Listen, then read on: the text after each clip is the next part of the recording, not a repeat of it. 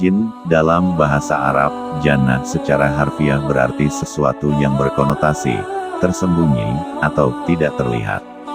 Bangsa jin dahulu dikatakan dapat menduduki beberapa tempat di langit dan mendengarkan berita-berita dari Allah. Setelah diutusnya seorang nabi yang bernama Muhammad, maka mereka tidak lagi bisa mendengarkannya karena ada barisan yang menjaga rahasia itu.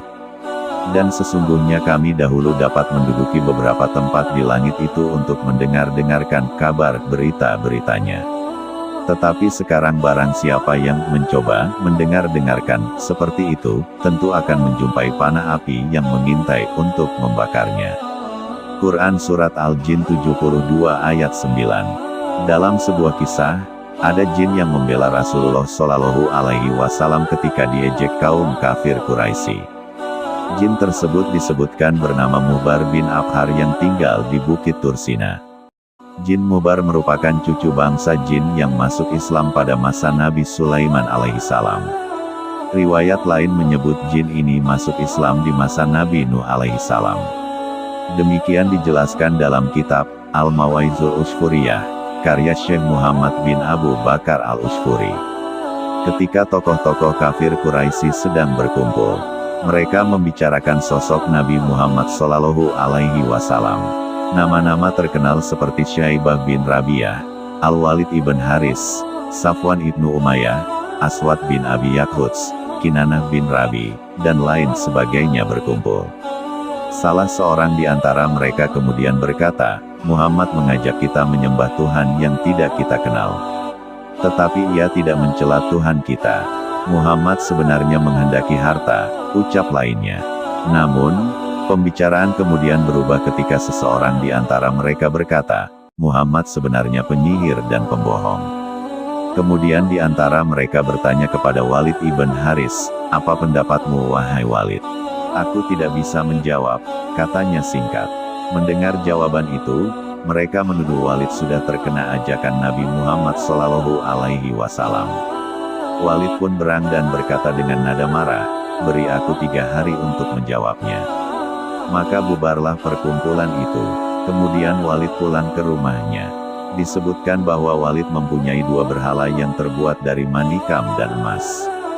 Berhala itu diletakkan di atas kursi dan diberi pakaian yang mahal. Walid kemudian sembahyang. Ia tidak makan dan minum. Pada malam ketiga dia berkata kepada 2 berhalanya, demi penyembahanku 3 hari berturut-turut katakan kepadaku tentang Muhammad. Setelah itu tiba-tiba ada yang berkata dari dalam berhala tersebut, Muhammad itu bukan nabi, jangan percaya dia. Mendengar hal itu, Walid girang. Ia tidak tahu kalau ada jin yang telah masuk ke salah satu berhala. Walid kemudian menceritakan peristiwa tersebut kepada semua teman-temannya yang kafir. Sudah saatnya kita katakan ini kepada Muhammad, katanya. Nabi Muhammad Shallallahu Alaihi Wasallam yang mendengar peristiwa tersebut ikut bersedih. Lalu malaikat Jibril datang dan berkata, celakalah yang membuat kata-kata itu wahai Muhammad. Kemudian kaum kafir meletakkan patung Hubal di suatu tempat.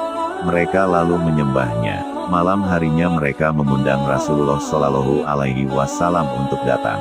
Beliau pun datang ditemani Abdullah bin Mas'ud. Lalu Rasulullah Shallallahu Alaihi Wasallam duduk di tengah mereka. Maka masuklah jin yang bernama Musfir ke dalam tubuh Hubal. Ia kemudian mencaci maki Rasulullah. Mendengar hal itu, Abdullah bin Mas'ud menjadi bingung dan bertanya, berbicara apa orang itu, wahai Rasulullah? Wahai Abdullah, jangan takut, ini setan, jawab Rasulullah Shallallahu Alaihi Wasallam. Kemudian Rasulullah Shallallahu Alaihi Wasallam pulang ke rumah. Tapi di tengah perjalanan bertemu dengan seorang penunggang kuda berbaju hijau. Orang itu kemudian turun dan memberi salam. Siapa Anda? Alangkah indahnya salam Anda kepadaku, ucap Rasulullah. Saya adalah cucu bangsa jin yang telah masuk Islam pada masa Nabi Sulaiman alaihissalam. Telah lama saya meninggalkan kampung saya. Bertepatan saat saya kembali, saya mendengar anak istri saya menangis. Lalu saya tanya mengapa menangis. Istriku pun menjawab bahwa Musfir telah memperbohongkan Muhammad. Jin itu kemudian berkata lagi, mendengar hal itu, Saya kejar dia dan kutemukan di antara Safa dan Marwah, dan aku menikamnya. Darahnya masih ada di pedangku, ucapnya. Mendengar hal itu, Nabi Muhammad SAW berdoa untuknya.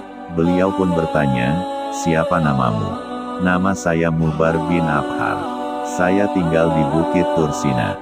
Adakah Paduka memerintahkan saya, wahai Rasulullah, untuk mengejek mereka dalam berhala seperti Musfir mengejek Paduka?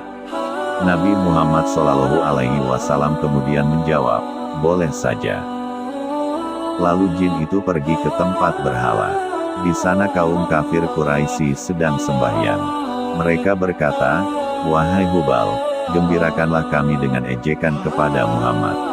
Jin yang telah masuk pada tubuh Hubal itu kemudian berkata, wahai penduduk Makkah, orang ini adalah nabi yang benar. Muhammad mengajakmu pada kebenaran tetapi kalian menganggapnya kebatilan.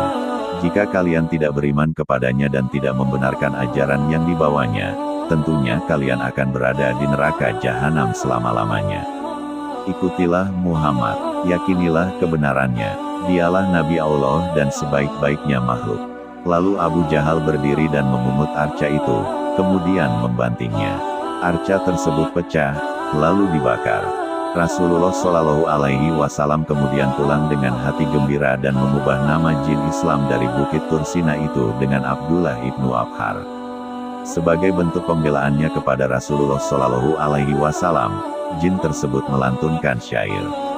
Aku adalah Abdullah bin Abhar. Sesungguhnya aku telah membunuh setan yang durhaka yaitu Musfir. Wallahu a'lam bishawab.